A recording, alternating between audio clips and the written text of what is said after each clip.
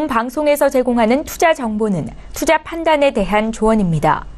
방송에서 제공하는 주식의 가치, 가격 상승 및 가격 하락에 대해서는 방송사에서 보장하지 않습니다.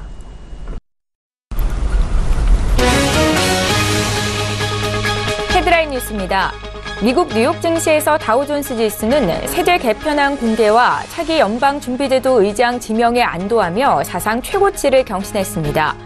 뉴욕 증권거래소에서 다우존스 지수는 전장보다 0.35% 상승한 23,516.26의 거래를 마쳤고 S&P 500 지수는 0.02% 높은 2,579.85를, 기술주 중심의 나스닥 지수는 0.02% 낮은 6,714.94의 장을 마감했습니다.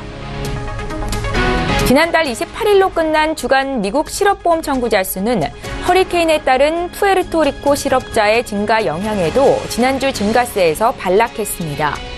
미 노동부는 지난주 실업보험 청구자 수가 5,000명 줄어든 22만 9천 명을 기록했다고 발표했습니다. 월스트리트저널 조사치는 23만 5천 명이었습니다. 지난 3분기 미국의 비농업 부문 노동 생산성은 3년 내 최고치를 보였습니다. 미 노동부는 3분기 비농업 생산성 수정치가 연율 3.0%를 보였다고 발표했습니다. 이는 2014년 3분기 이후 가장 높은 수준으로 월스트리트저널 조사치는 2.8%였습니다. 국제유가가 하루 만에 다시 상승 반전했습니다. 뉴욕 상업거래소에서 12월 인도분 서부 텍사스산 원유 WTI는 전날보다 배럴당 0.4% 오른 $54 54센트에 거래를 마쳤습니다. 칼리드 알팔리 사우디 석유 장관이 원유 감산 합의 이행이 훌륭하게 진행되어 온 가운데 원유 수급 균형이 강화되고 있고 재고가 떨어지고 있다고 밝히면서 유가 상승에 힘을 보탰습니다.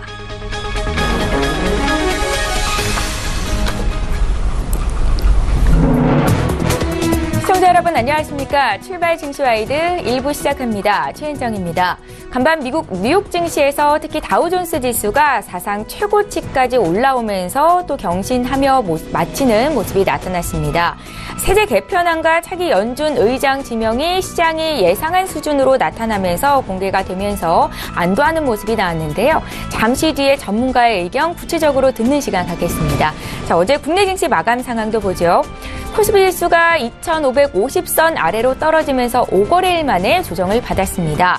오후 들어서 외국인들의 투자자가 매도로 돌아서면서 지수가 낙폭을 키웠는데요. 코스피는 0.4% 하락한 2,546으로 거래를 마쳤습니다. 코스닥도 오후 들어서 하락세로 돌아서며 전일보다 0.12% 하락한 494포인트로 거래를 마쳤는데요. 오늘도 출중 일부 시간에는 증시에 영향을 미칠 국내외 이슈 분석을 도와드리도록 하겠습니다. 11월 3일 금요일 출중 일부 시간 지금 본격적으로 시작합니다.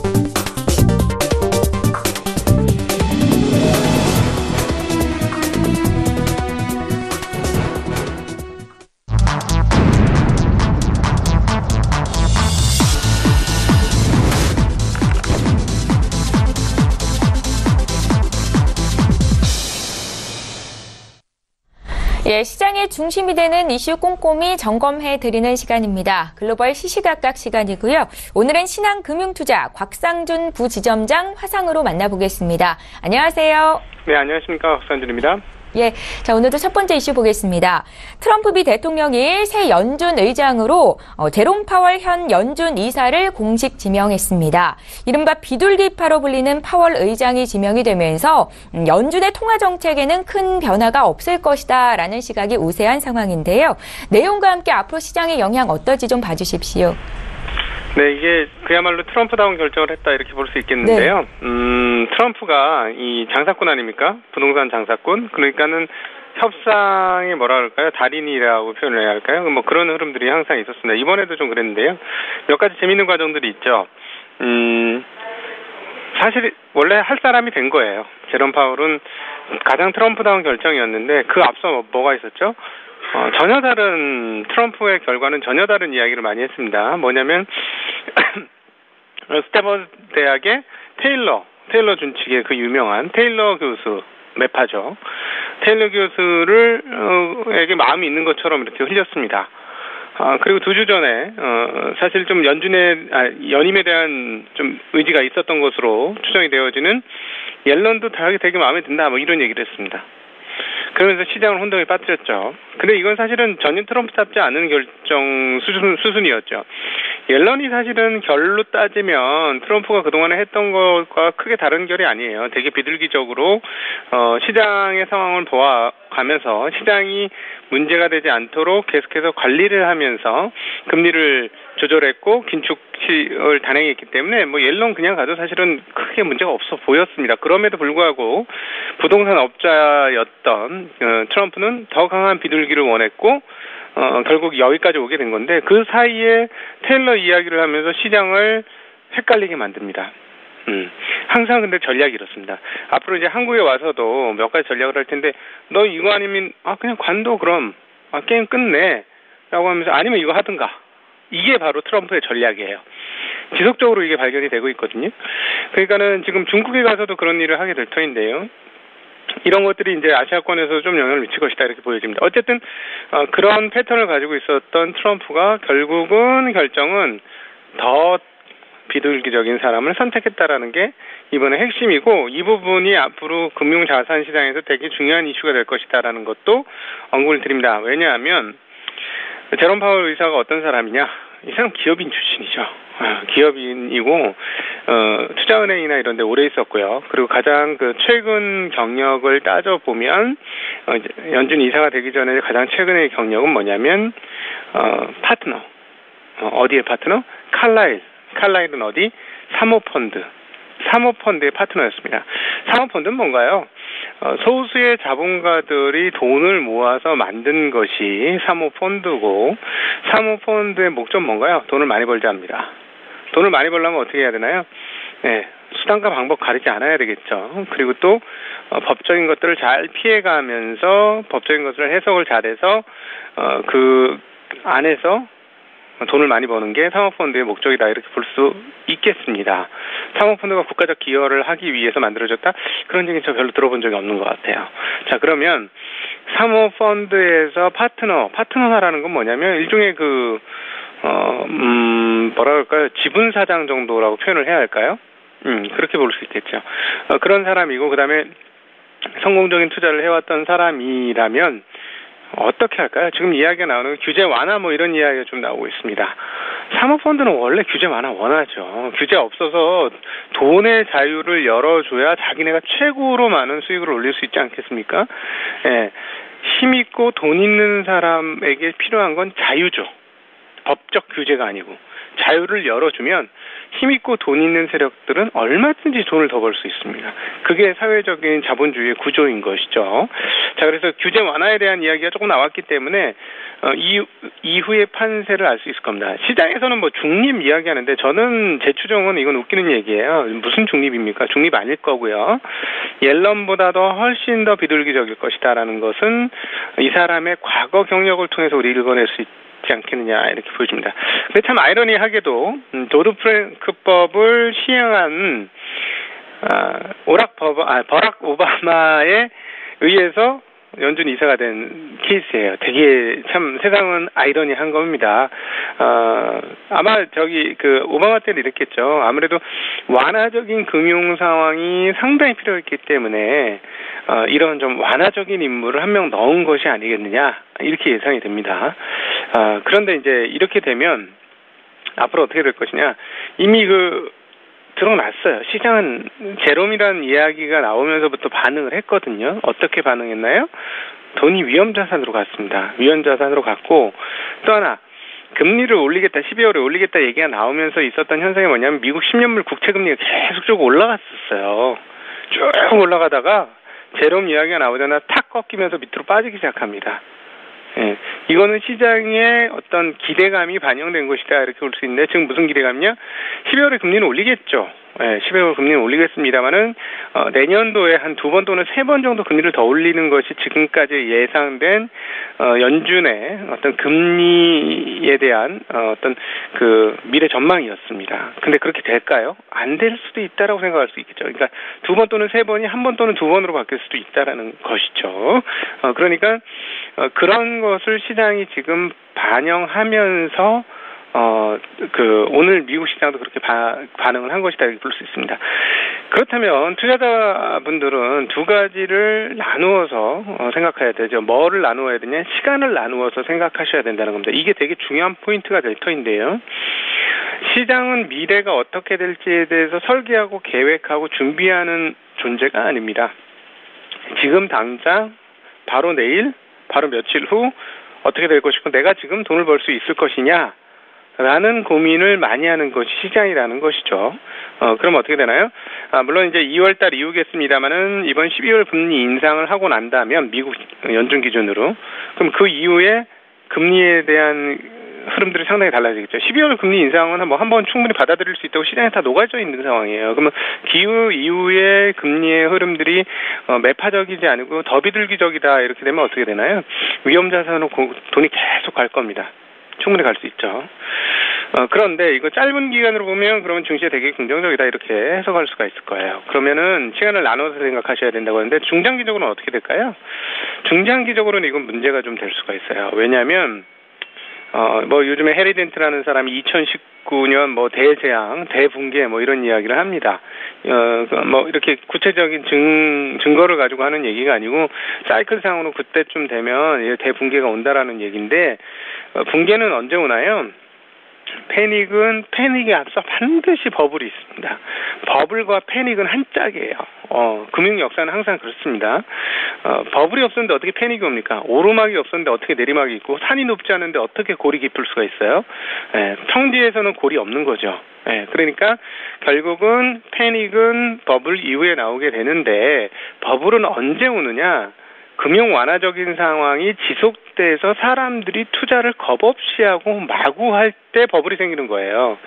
그러면 2007년도 우리가 리먼 사태 전에도 그랬죠. 집값이 하염없이 올라가는 거예요. 물론 그 앞선 과정에서 뭐가 있었느냐. 그 무역을 통해서 제조업 쪽에서 엄청나게 돈을 많이 버는 중국 자금들이 미국으로 가죠. 예, 과잉 저축이 가는 겁니다. 과잉 저축이 가면서 미국의 부동산들 사는 거죠. 사재기죠. 그러니까 부동산이 막 올라가요. 그러니까 미국의 현지 사람들이 우와 부동산 샀더니 돈 버네. 돈이 이렇게 잘 벌리고 쉬운 거네 하고 거기에 또 투자하죠. 그러다가 더 이상 살 사람이 없는 그 순간 남미에서 올라온 주민등록도 없는 우리나라로 따지면 그런 사람이 대출을 받아서 집을 살 수 있는 그런 환경이 지나고 나니 더 이상 집을 살 사람이 없으니 어떻게 됐죠? 붕괴가 된 거예요. 버블이 있었습니다. 버블이 있고 붕괴가 된 건 거예요. 만약에 여기서부터 여기보다 돈을 이렇게 많이 풀어놨는데 이거보다 더 비둘기적이다. 안 그래도 미국이 지금 100개월째 넘게 경제가 호황 국면을 순항을 하고 있는데 여기서 더 풀어줘? 네, 그때 되면 이제 사람들이 본격적으로 지르겠죠. 사실 아직까지는 뭐 미국의 주식시장이 많이 오르고 부동산 가격이 이제 제자리를 찾고 옛날에 이제 버블이 깨지기 직전의 단계까지 이제 회복을 하고 뭐 그 정도였습니다만은 여기도 기재를 더 풀어주면 이렇게 많은 돈을 풀어놨는데 막 달리겠죠. 막 달리면 버블이 심각하게 날 수 있어요. 그러면 우연찮게도 2018년까지 버블이 왕창 나온 다음에 해리 덴트가 얘기한 것처럼 2019년 대재앙이 올 수도 있겠죠. 예, 그럼 뭐 해리 덴트는 마치 시장을 정확하게 예측한 것처럼 대단한 그 뭐 위인일 수도 있겠습니다만은 어찌 되었거나 그 단기적으로는 버블 가능성이 더 커졌다라는 점은 이제 투자자분들이 기억을 하셔야 될 것 같고요. 만약에 이렇게 해서 통화적 완화적 상황에서 규제 완화적 상황으로 추가적으로 더 진행이 되어진다면 위험자산, 그리고 위험자산 중에 위험자산들이 더 좋아지겠죠? 그럼 원자재, 신흥국 이런 쪽 시장이 더 좋아질 수 있을 겁니다. 그래서 그 단기적으로 한 6개월에서 1년의 시각에서 보면 뭐 한국 입장에서는 즐겨야 되는 상황인 것 같고요. 즐기되 취하지 말아야 돼요. 아주 골 때리는 이야기인데 술을 마시되 취하지 말아라. 근데 술은 갈수록 독해질 것이다. 그러니까는 뭐 예를 들어 맥주 막걸리가 아니고 소주 위스키로 바뀌는 상황으로 점점 갈 건데 그걸 먹고도 취하지 않아야 돼요. 그럼 어떻게 해야 되죠? 중간에 끊어야 되죠. 중간에 끊어야 됩니다. 그래서 어찌되었건 이번 그 연준 이사 건으로 우리가 할 얘기도 많고 생각할 것들이 굉장히 많은데요. 그런 것들까지 좀 길게 감안을 하시고 세상을 바라보신다면 나중에 도움이 되실 것이다. 이렇게 판단하고 있습니다. 예, 시장의 버블 상승 기조는 유지가 될 것이다. 하지만 즐기되 취하지 말아야 된다라는 좀 어려운 말씀을 하셨는데요. 투자자분들의 또 역할이 아닌가 몫이 아닌가 싶고요. 저희 두 번째 이슈로 좀 넘어가 보겠습니다. 오늘 미국 증시 상승 반전을 이끈 두 이슈 중에 하나가 바로 미 하원 공화당의 세제 개혁안 공개였습니다. 시장이 예상했던 대로 세제 개혁안이 공개가 됐다라는 평가이던데요. 핵심 내용과 함께 또 앞으로 시장에는 어떤 영향이 있을지 좀 봐주십시오. 네, 일단 공화당하고 도널드 트럼프하고 호흡을 맞췄다는 게 의미가 있다 이렇게 볼 수 있겠고요. 사실은 이번에 연준 의장 결정하는 것이 이렇게 막판까지 이렇게 밀당을 하면서 했던 것도 결국 이 세제 개혁안과도 조금 연관이 있다고 볼 수 있어요. 사실 공화당에서도 지지기면이 그렇게 강력하지 않은 트럼프 입장에서는 공화당한테 좋은 미끼를 던져주고 이걸 이렇게 해줄 테니 너희가 이걸 이렇게 해라라는 것이죠. 즉 테일러 갈래? 테일러 가면 니네 어떻게 할 건데? 테일러 좋아 보여. 근데 너희 세제 개혁안 해주면 오케이. 테일러 안 갈게. 이렇게 되는 거죠. 이게 이제 트럼프의 전법입니다. 아주 이제 전형적인데 그래서 결국은 테일러 쓱 올렸다가 테일러만 바보 되는 거 아닌가 할 정도로 테일러 쓱 올려줬다가 내리면서 제롬 파월로 딱 가는 거죠. 제롬 파월은 우리 최영일 평론가님 말로는 어부지리로 갔다라고까지 표현을 하시던데요. 충분히 그럴 수 있겠습니다. 그렇게 제롬 파월이 선택이 되면서 공화당은 계속해서 트럼프가 얘기했던 세제 개혁안을 받아준 거죠. 받아준 거고 내용들을 따져보면 법인세율을 35%에서 20%로 영구적으로 인하한다라는 내용이고요. 개인 소득세를 구간을 옛날에 7구간으로 나눠준 것을 좀 줄여가지고 그리고 대체적으로 조금 낮춰서 약 한 4단계 정도로 진행하겠다는 겁니다. 12, 25, 35, 39.6 이렇게 나누겠다라는 것이죠. 기존보다 좀 내려오는 단계, 그러니까 세금이 좀 줄어드는 것이죠. 그건 이제 우리가 이제 보실 때 이게 공화당 아니에요. 공화당안. 그러면 국회 통과해야 되잖아요. 국회 통과하려면 카운터 파트너가 또 있잖아요. 누구죠? 민주당이 있습니다. 민주당 오케이 해줘야 돼요. 이거 민주당 받겠습니까? 저 같으면 안 받습니다. 안 받는다고 보여집니다. 그래서 물론 공화당이 다수당이기 때문에 눌러서 이겨낼 수 있는 가능성은 상당히 높은데요. 이것이 이렇게 그대로 똑같이 통과가 될지 아니면 다시 협상 민주당과의 줄당기를 통해서 변할지는 좀 봐야 되겠고 어쨌든 세제 개혁안 건은 이 정도로 이렇게 해가지고 진행이 된 것이다. 그래서 이제 그 부분에 대해서는 시장에 반응을 한 것인데 최근에 이제 투자은행에서 보고서를 냈습니다만 세제 개혁안이 이렇게 세금을 쭉 낮춰서 이렇게 되면 오히려 시장이 액셀레이터의 가속 페달을 세게 밟는 것이고 그럼 더 빨리 가면 더 빨리 끝날 수 있다라는 이야기도 했어요. 사실 지금 나쁜 거 하나도 없잖아요. 지금 옛날에는 금융위기를 어떻게 돌파하냐 막 했었는데 지금은 너무 호황인데 이거 소황을 눌러줘야 되는 것이죠. 그게 오히려 더 맞는 상황 아니겠습니까? 그래서 어떤 분께서는 이번에 옐런이 잘한 것 같긴 하지만 금리를 더 올렸어야 되는데 더 못 올리고 간 것은 너무 시장 눈치만 본 건 아니냐라는 평가를 하시는 분도 있습니다. 충분히 그런 평가를 받을 수 있는 상황이고요. 그러니까 눌러야 되는 상황인데 누르지도 오히려 여기서 더 풀어준다? 그러면 오히려 확 발산이 되는 것이죠. 그러니까 이렇게 땔감이 있는데 거기에다 휘발유를 더 넣으면 땔감은 어떻게 된가요? 오래 타나요? 빨리 타고 끝나는 것이죠. 그래서 그럴 가능성도 있다는 것은 충분히 우리 투자자분들이 감안하셔야 될 부분 같습니다. 예. 또 하나의 중요한 이슈가 있습니다. 미 트럼프 대통령이 아시아 순방 일정에 돌입하게 되는데요. 미국 대통령으로는 26년 만에 가장 긴 순방이라고 합니다. 일본을 시작으로 한국, 중국 등 방문할 예정인데 이번 순방의 관전 포인트는 어디에 있겠습니까? 이번 순방이 되게 어렵죠. 한국 입장에서는. 이게 할 얘기가 굉장히 많은 얘기인데 시간이 없기 때문에 핵심적인 것만 몇 가지 찝어서 얘기하겠습니다. 엊그저께 어제 대대적으로 방송이 나왔고 그저께도 방송이 나왔는데 중국과 한국이 이제 한중 정상회담이 이제 성사가 되고 있는 단계 아닙니까? 핵심이 뭔가 핵심이 이 성사된 핵심이 두 가지예요. 하나는 중국의 필요고 한국은 한국의 필요해요. 이 두 가지가 서로 부합이 됐기 때문에 이 과정까지 온 것인데요. 그러면 여기에 반대하는 세력이 없을까요? 있어요. 왜 없어요? 누구죠? 일본과 미국이에요. 결코 원하지 않을 겁니다. 사실 좀 이런 표현을 하면 사람들이 저를 어떻게 생각할지 모르겠지만 최근에 뭐 힐러리도 그런 얘기를 옛날에 했습니다. 미국이 한국의 통일을 바랄까요? 안 바래요. 미국은 뭘 바라죠? 무기를 많이 팔기를 바랄 겁니다. 무기를 왕창 팔고 방위 분담을 왕창 받고 미군 기지 운영하는데 한국 돈으로 운영하고 싶고 이게 미국의 의지일 거고요. 근데 중국하고 한국이 도대체 왜 이렇게 한중 합의를 생각보다 이렇게 빠르게 진행이 되었느냐? 이거는 국제 정세 관계에서 보면 쉬운데요. 갑자기 이제 러시아가 툭 튀어나와요. 북한 문제 때문에. 러시아가 마치 중재자가 될 것처럼 이야기해요. 그러니까 중국 입장에 되게 골 때리는 상황이죠. 동아시아 패권국으로 가야 되는 입장인데 갑자기 러시아 툭 튀어나와 자기 역할을 하려고 그래요. 동아시아의 세력이 약해지는 것이죠. 근데 사실은 중국도 동아시아 국가라고도 표현할 수 있지 않습니까? 동아시아의 가장 강력하고 중요한 포인트가 동아시아권에 있는데 이쪽에서의 패권을 놓치게 되면 어떻게 되나요? 좀 문제가 되겠죠. 한국이 필요했던 겁니다. 그리고 또 하나 트럼프가 와서 중국을 뭘로 압박할까요? 북한으로 압박하겠죠. 그래서 더 많은 것을 뜯어내려고 할 거예요. 트럼프는 사법국군이고 밀당을 해서 자기한테 유리한 환경으로 가져고 가겠다는 게 시종일관 지금 계속해서 나타나는 패턴입니다. 이번 연준 의장 흐름도 아까도 설명했지만 그런 경향들 보이지 않습니까? 그러니까 이게 약점이라고 볼 수 있는 중국 약점이라고 볼 수 있는 북한을 이용해서 뭔가를 더 얻어내려고 하면 더 입지가 더 곤란해지는 것이죠. 그런 입장에서 한국의 지렛대가 필요했던 것이 중국이에요. 중국의 이런 상황들이 분명히 있습니다. 그리고 지금 이렇게 맞고 하는 동안 자체 제조업 상황들은 조금 더 좋아지는 상황이에요. 그러니까 이제 풀어도 옛날처럼 압도적으로 끌려다니지 않아야 되는 기술적으로도 뭐 그런 부분도 있을 것이고요. 내부적으로는 한국 입장에서 듣고 싶은 얘기를 해줬어요. 한국에서 뭐라고 했죠?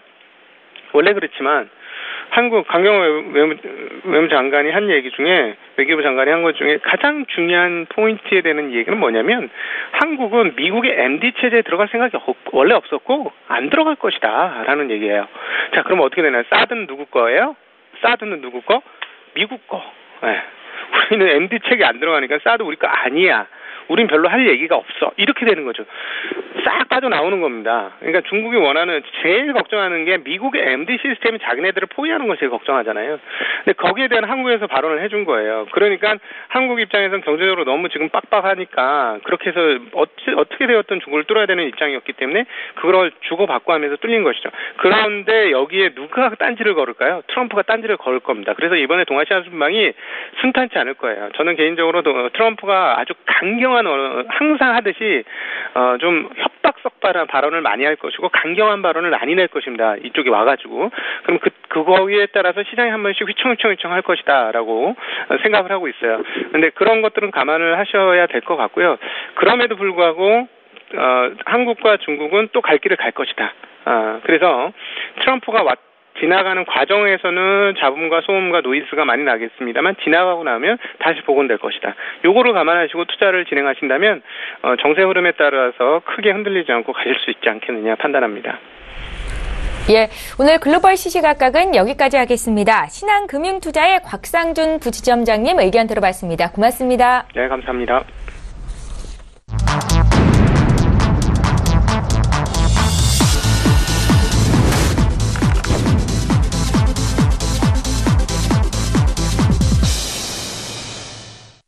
예, 이번에는 국내 시장 쟁점을 보다 구체적으로 보겠습니다. 라이브 이슈타임 시간이고요. 오늘 금요일이죠. 메리츠 종금증권의 김민수 부장 이 자리에 모셨습니다. 부장님 안녕하세요. 네, 안녕하십니까. 예, 자, 오늘도 첫 번째 이슈부터 보겠습니다. 공정거래위원회가 대기업 공익재단에 대한 전수 실태조사에 착수합니다. 대기업 개혁에 본격적으로 나서겠다라는 말인데요. 자세한 내용 좀 봐주십시오. 네, 일단 정부가 목소리를 내기 시작합니다. 이제 앞으로 우리가 이제 정책을 어떤 식으로 끌고 가겠다라는 쪽에 대해서 분명하게 목소리를 내기 시작하는데 오늘 이제 첫 번째, 두 번째 이슈를 다 종합해서 먼저 말씀드린다고 한다면 일단 지금까지 대한민국을 이끌어왔던 쪽은 대기업이다. 그러니까 고생하셨습니다. 수고하셨습니다. 하지만 이제 뭔가 베풀 건 베풀고 적법행위나 위법행위는 어떻게 보면 냉철하게 따지고 넘어가겠습니다라는 부분들은 분명히 해줬고, 반대로 중소기업이나 벤처기업 관련된 쪽은 이쪽에서 활성화를 시켜서 어떻게 보면 밑에서 파일을 좀 더 키우겠습니다라는 쪽에 대한 메시지와 의도를 분명히 보여주는 시그널이라고 생각하시면 될 것 같고요. 네. 일단 이번에 5대 기업 간담회를 했었죠. 공정거래위원장과 5대 기업의 총수들이 만나서 간담회를 했는데, 보통 간담회를 하는 자리면은 좀 떠들고 좀 재미나게 이렇게 얘기하겠는 게 아니라 여기서 분명한 메시지를 던졌다는 게 아무래도 약간 좀 5대 기업 입장 쪽에서 좀 서늘하지 않았을까라는 쪽으로 봐야 될 것 같고요. 네. 특히 이제 지난 9월 달에 공정위에서 기업 집단국을 신설을 했죠. 뉘앙스는 조금 북한스럽진 하지만은, 예, 그렇다고 하더라도, 내용 관련돼서는 이 기업 집단국에서는 대기업 집단 관련된 쪽에서 법 위반 행위를 조사하는 쪽으로, 그렇게 신설된, 상황이다 보니까 이쪽에 대한 역할도 앞으로 만만치 않을 것이다. 라는 쪽은 염두를 해주셔야 될 것 같은데, 그래서 이제, 가장 먼저 나오는 얘기로는, 보다 보니까, 대기업들이 하는 행위를 쭉 보다 보니까 공익재단이나 집단 쪽에 하나를 놔두고 여기를 좀 편법으로, 특히 약간 이제 지주사도 아닌 상황 쪽에서 공익재단이 있는 상황에서 이를 어떻게 보면은 현금 거래단가 이런 쪽이 좀 많이 빈번하게 이어지는데, 이게 어떻게 보면은 총수일가의 편법 지배 수단으로 사용되는 게 아니냐. 그래서 과거 삼성그룹에서도 있었고, 그리고 현대그룹에서도 있다 보니까 이런 자세한 회사 이름은 말씀 못 드리겠습니다만, 이런 쪽에 좀 악용되는, 그래서 비판의 우려가 좀 많은 부분들이 아무래도 이를 좀 손봐야 되는 게 아니냐라는 관점 쪽에서 약간 경고성 메시지를 좀 보낸 거였죠. 그래서 일단 로열티 수치라든가 이 지주회사 관련된 부분의 수익 구조도 같이 실태 조사를 하겠다라는 부분들은, 일단 너네들이 기업의 활동을 하는 거는 좋다. 하지만은 그걸 관련돼서 여러 가지 어떤 불법적인 수단을 통해서 경영권을 보장하고 또 승계를 하고 하는 일은 여러 가지 역할 쪽에서는 제동을 걸겠다는 쪽의 메시지가 분명하다고 봐야 될 것 같고요. 그러면서 또 당부를 한 게 지배구조 개선 계속 해라. 거기다가 이 한국판 로비스트법으로 알려져 있는 이 외부인 접촉 윤리중칙도 당부를 했었죠. 그러다 보니까 이런 전반적인 흐름들 쪽에서 대기업 입장에서 보게 되면은 약간 이제 정부가 박차를 가는구나 라는 관점 쪽에서 어떻게 보면 좀 우려감도 커질 수가 있는데, 네. 전반적인 대한민국 사회에 대한 어떤 질적인 변화를 꿈꾼다라고 하게 되면은 뭐 개인적으로는 바람직한 방향이다는 생각은 들고 있는데, 예. 그런 쪽에서 나왔을 때 아무래도 저희는 또 주식을 생각해야 되겠죠. 네. 그렇게 되면은 대기업 관련된 쪽에서 이 지주사 관련된 쪽에 뭔가 이제 좀 미세하게 들여다보겠다는 관점들이 크다 보니까 이 지주사 관련된 쪽에서의 불확실성은 조금 드러났다라는 관점 쪽으로 접근하셔야 될 것 같고요. 앞으로 정부의 정책도 이쪽으로 간다는 부분들은 다시 한번 염두를 하셔야 될 것 같습니다. 뭐 투자의 관점이 크게 바뀌는 부분이 있을까요?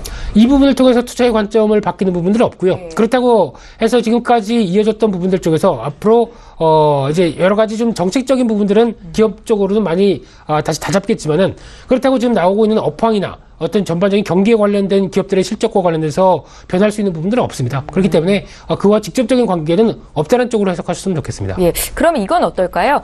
김상조 공정거래위원장이 재벌개혁에 힘을 주는 동시에 또 김동연 경제부총리도 국내 경제 살리기에 나섰습니다. 경제 발전의 시동을 건 건데, 혁신 성장 추진을 골자로 한 새로운 벤처 붐을 일으키겠다라는 얘기였고요. 이게 코스닥 시장에는 좀 호재로 작용할 수 있을까요? 이 부분이 상당히 중요합니다. 예. 앞으로 이제 대한민국의 미래와 관련된 쪽에서 상당히 중요한 부분이다라고 생각이 들고 있는데, 이와 관련돼서 이제 지금 이제 창업 혁신, 그러니까 즉 창업 벤처 쪽을 다시 붐을 일으키겠다. 그래서 네. 제2의 벤처 붐을 일으키겠다는 쪽으로 목소리를 좀 키웠었죠. 근데 이쪽을 잘 살펴보게 되면 제1은 언제인지 아세요?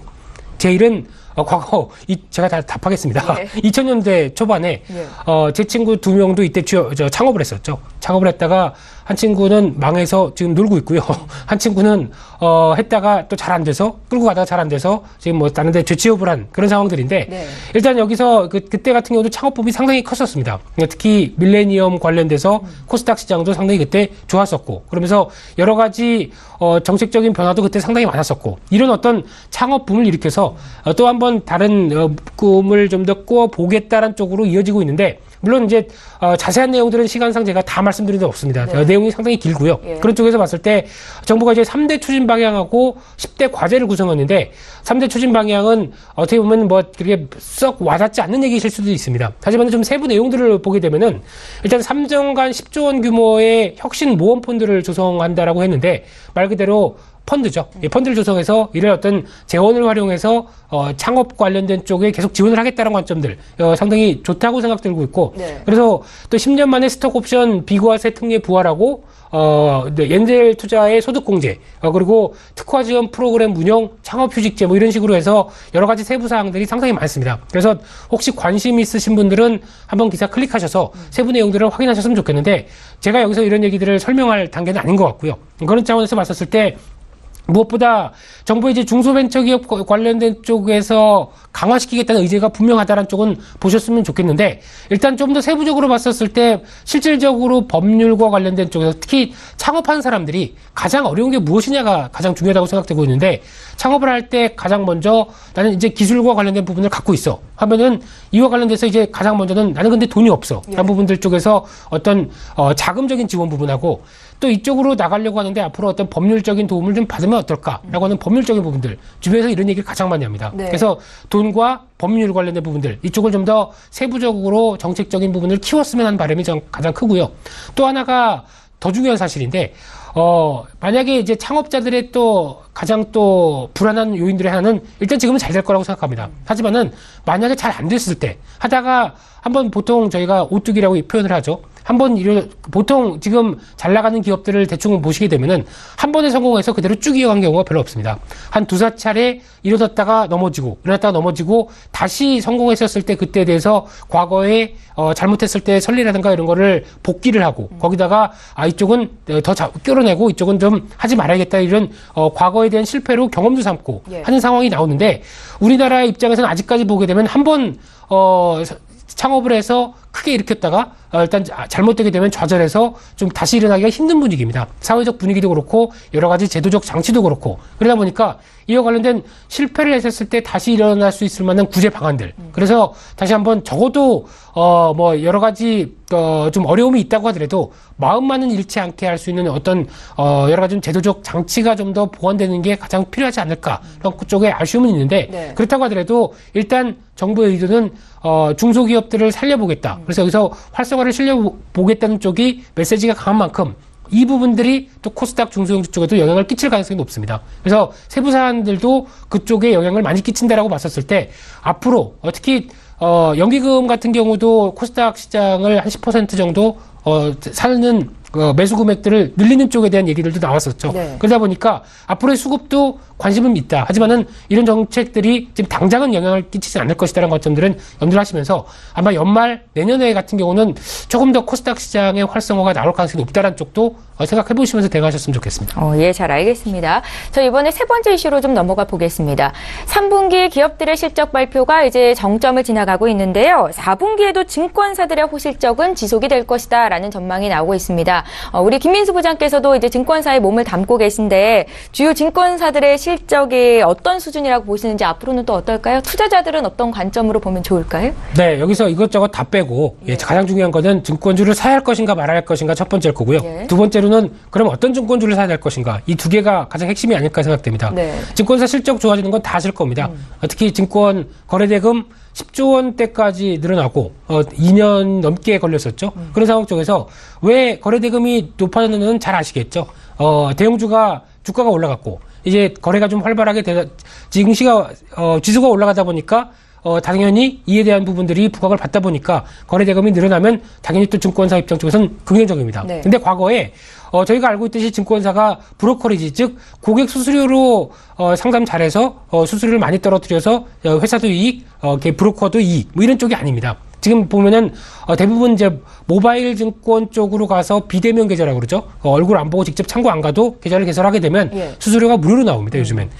이걸 뭐 홍보 드리는 건 아니지만은 이런 쪽으로 가는 추세다 보니까 증권사의 입장도 브로커리지 쪽을 강화시키는 거는 시대가 지났죠. 이거는 거의 쉽게 말씀드리면 사양 산업이라고 생각합니다만. 그럼 증권사의 수익 구조는 어떻게 되는 거죠? 지금? 바뀌죠. 이제 바뀝니다. 그래서 IB 쪽이라고 하는 그래서 상대적으로 어떤 지금 ELS 발행이라든가 뭐 채권 뭐 이런 식으로 그리고 어떤 지금 증권사를 딱 뜯어본다고 하더라도 수수료를 받는 구조보다 이쪽으로 비중을 좀 더 늘려가고 있습니다. 그래서 앞으로는 증권사가 이런 식으로 가겠다라고 하는, 그러니까 좀 선진국 쪽의 좀 대형 은행 쪽의 분위기겠죠. 이쪽을 좀 바꿔가려고 많이 노력한다는 쪽도 염두를 하셨으면 좋겠고요. 그래서 더 이상 수수료만 가지고 증권사의 수익 구조를 얘기할 때가 아니다. 그러니까 이번 실적도 보면은 특히 ELS 발행 규모나 주식형 펀드 잔고가 늘어서 실적 규모가 커진 부분이 있지, 브로커리지는 솔직히 증권사별로 보게 되면 적정한 회사도 많습니다. 그렇기 때문에 이런 쪽에 대해서 변화를 좀 가져가셨으면 좋겠고요. 그러면은 증권주에 대한 기대감은 상당히 높을 수밖에 없습니다. 언제까지 지속이 될 것인가? 그렇죠. 그러면 이제 지수가 얼마까지 갈 것인가에 대한 얘기인데, 제가 신도 아니고요.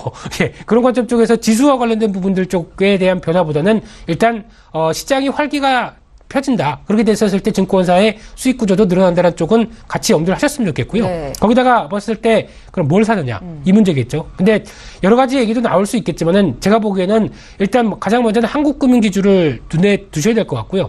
특히 카카오뱅크가 잘 나간다고 해서 카카오가 가치가 않습니다. 카카오는 영향받는 부분들은 지분 10%밖에 안 됩니다. 의결권 있는 지분은 4%고요. 그러면은 과반수 이상을 차지하는 한국금융지주가 당연히 영향을 받을 수 있다는 쪽으로 봤었을 때, 앞으로의 한국금융지주는 인터넷 뱅킹, 모바일 뱅킹 그쪽에 은행 쪽에 대한 흐름들을 좀 더 같이 가져가면서 증권 쪽을 좀 다변화시키는 역할 쪽으로 갈 겁니다. 그렇기 때문에 좀 더 긍정적이다는 쪽으로 보셨으면 좋겠고요.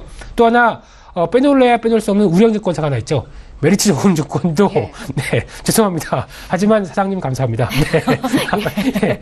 실적 대비 저평가를 보입니다. 예. 사실 지금 객관적인 말씀을 하시는 객관적인 거죠? 예. 네, 아무 주관적인 사실 없습니다. 네, 그런 쪽에서 지금 나오고 있는 한 3천억대 수익의 흐름을 보여주는 것에 비해서 시가총액은 저평가다라는 관점과 함께, 또 NH투자증권 같은 경우도 배당 메리트가 뚜렷하죠. 예. 지금 400원을 줄 걸로 보여주고 있는데 거의 한 3%대 가까운 배당 메리트를 생각한다라고 하게 되면, 이런 회사들 같은 경우는 관심 있게 보시고 증권주에 대한 대응 필요하다고 생각됩니다. 그러니까 한국금융지주 말씀하신 메리츠 종금증권, NH투자증권, 증권주는 포트에 한 종목 정도는 있어야 된다라는 관점이세요? 네, 지금 지수를 따라가려고 한다면 아무래도 이런 부분들도 같이 염두하시면서 같이 가시는 게 좋다고 생각됩니다. 예, 저희 이제 마지막 질문을 좀 하겠습니다. 원달러 환율이 하락세입니다. 저 원화 강세가 나타나고 있는 거고, 그만큼 외국인들의 수급이 들어오기 유리한 환경이 나타나고 있다라는 관점이실 텐데요. 네. 관점일 텐데요. 투자 전략 좀 세워주세요. 네, 환율에 대해서는 여러 가지 실제 생활과 연결되는 부분도 많기 때문에 지금부터 딱 20분만 주시면 될 것 같은데 20분이 아니라 2분 남은 것 같아가지고요. 오늘장 투자 조언으로 좀 들어볼까요? 그래야 될 것 같습니다만, 네, 이제 환율 같은 경우는 잠깐만 말씀드린다고 한다면 지금 흐름으로 봤었을 때 지금 1125원대에서 한 달 만에 1115원대. 예. 그리고 지금 이제 조금 있으면 1110원대도 테스트가 들어갈 걸로 보여지고 있고요. 올해부터 지난 한 2년 동안 1090원대까지는 상당히 좀 중요한 지지권이었습니다. 그러다 보니까 이쪽을 이탈을 할 것이냐 여부가 중요할 텐데, 그만큼 수출 잘 되고 경기 괜찮다라고 하게 되면 당연히 원화 강세로 가는 건 맞다고 생각 들고 있고요. 예. 그렇게 되면은 기조가 바뀔 가능성이 높습니다. 수출은 잘 되고 있는데 그래도 채산성 관련된 부분들 쪽에서 영향을 받을 수밖에 없죠. 그러다 보니까 이익 규모가 확 늘어나는 측면들이 약간 두드러질 수 있다라는 측면들은 염두하셨으면 좋겠고, 반대로 보게 되면 내수주 쪽이겠죠. 내수주, 또 저희가 환율 수혜로 보는 여행주, 항공주 이런 쪽도 여러 가지 지금 이슈와 맞물리면서 같이 부각은 받을 수 있다라고 생각하는 측면들, 특히 해외여행 계획하고 계시나요? 조만간?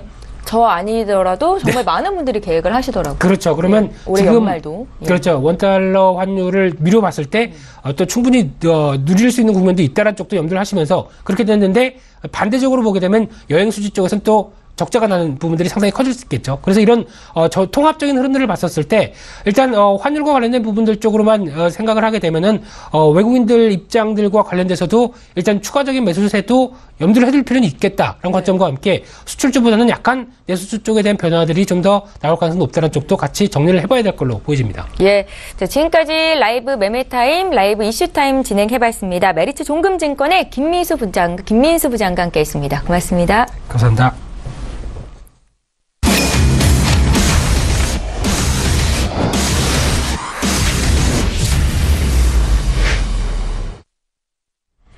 예, 국내외 선물 시장 흐름과 투자 전략까지 분석을 해드리고 있습니다. 1부의 마지막 시간이고요. 선지트레이더의 선물 하이킥, 선지트레이더 오늘도 화상으로 만나보겠습니다. 안녕하세요. 네, 안녕하십니까. 예. 맞습니다. 자, 오늘 또 한 주를 마감하는 금요일장이 이제 곧 펼쳐질 텐데요. 국내 선물 시장 어떻게 대응하면 좋을지 구체적인 투자 전략 여쭤볼게요.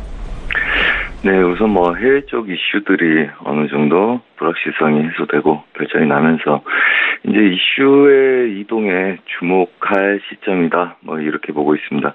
우리 선물 쪽은 매수 매도를 자유롭게 손댈 수 있기 때문에 우선은 여분의 기업 실적, 그 다음에 북한발 국제적 이슈 같은 거에 주목하면서 그 이슈들이 앞으로 시장에 어떻게 영향을 차례대로 주는지 좀 주목할 필요가 있다. 이렇게 말씀드리겠습니다.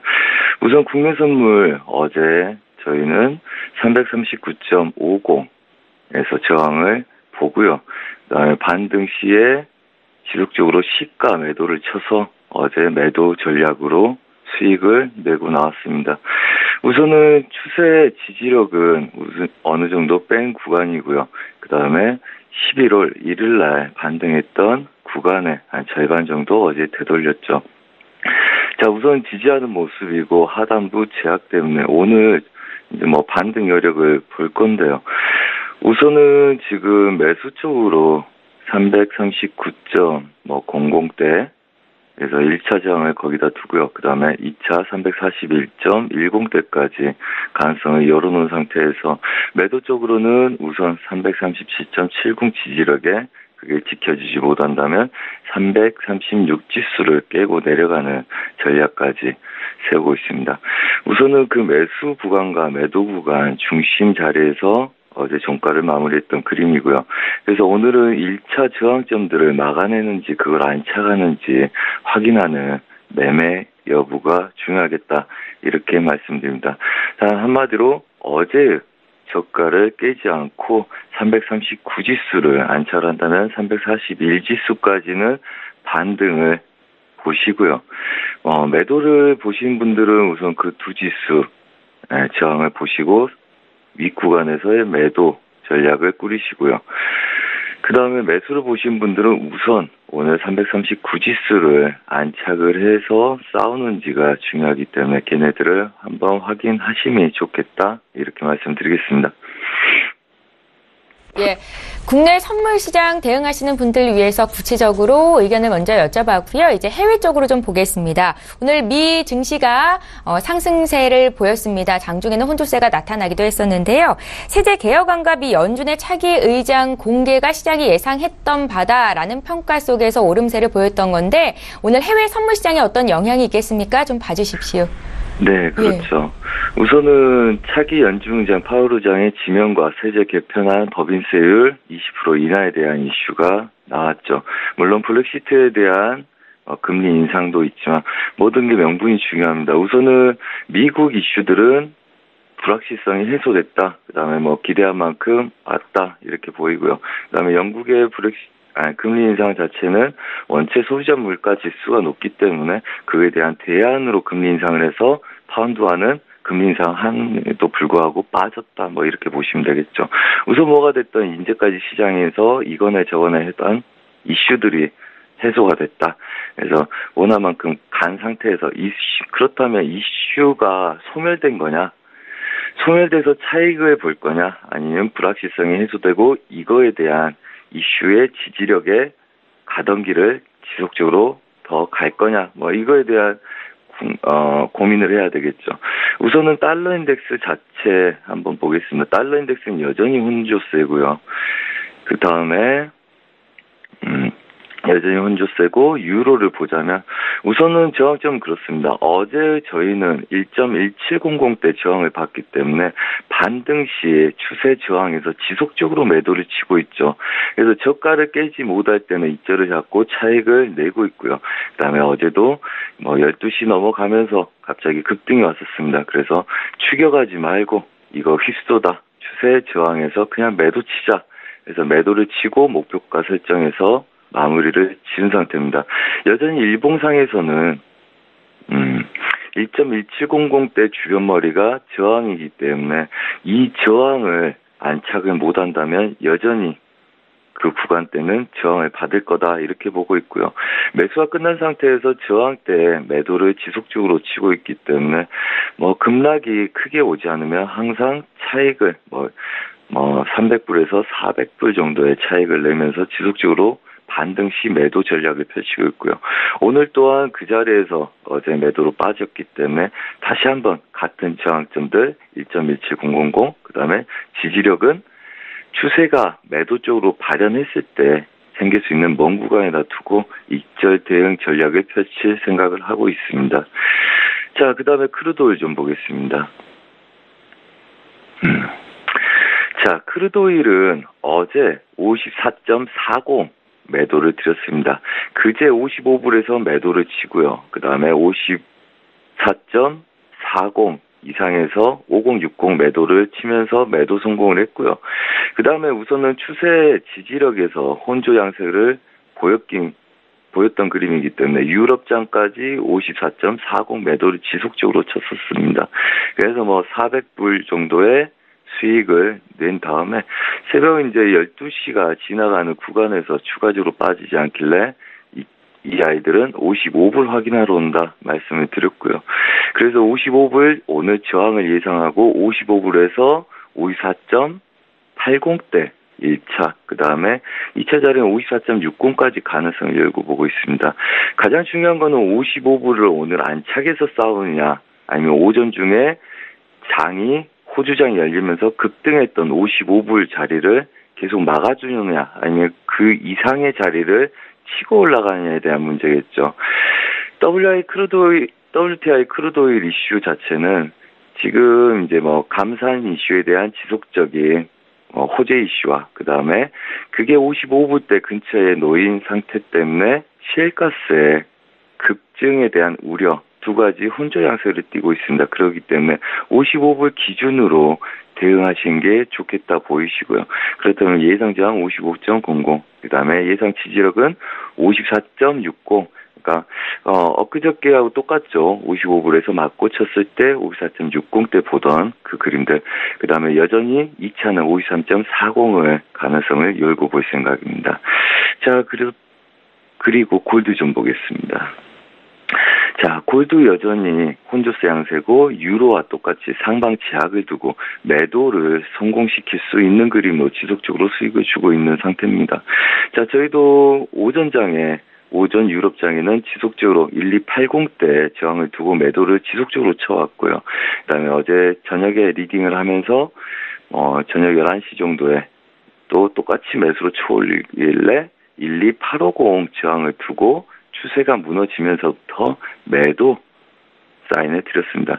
목표 자리는 1280.7 정도 드렸고요. 그 다음에 익절을 잡고 홀딩하는 전략으로 드렸고, 오늘은 1281.0 저항을 두고 1280점 후반부터 다시 반등 시 재매도를 노리는 보합 관점으로 볼 생각이고요. 더 구체적인 내용은 리딩이나 아니면 오늘 서울경제 저녁 10시부터 12시까지 생방송을 제가 해외 선물 진행할 거기 때문에 그때 오셔서 좀 더 도움 받으시면 좋을 것 같습니다. 예, 서울경제TV 오늘 밤방송에서도 보실 수가 있을 것 같습니다. 선제트레이더와 함께 매일 일부 시간 또 국내외 선물시장 투자 전략 함께 세워드리고 있는데요. 지금까지 선제트레이더와 함께했습니다. 고맙습니다. 네, 감사합니다. 예, 출발 증시와이드 1부 시간 여기서 마칩니다. 잠시 뒤 2부 시간에는 시청자 여러분들의 종목 상담 시간이 마련이 돼 있습니다. 건당 100원의 정보 이용료가 부과되는 샵 0082번으로 지금 문자 참여하시면 되겠습니다. 저희는 잠시 뒤 2부 시간으로 다시 오겠습니다. 고맙습니다.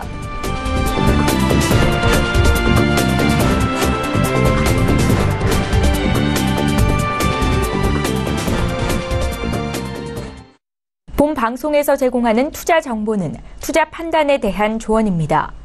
방송에서 제공하는 주식의 가치, 가격 상승 및 가격 하락에 대해서는 방송사에서 보장하지 않습니다.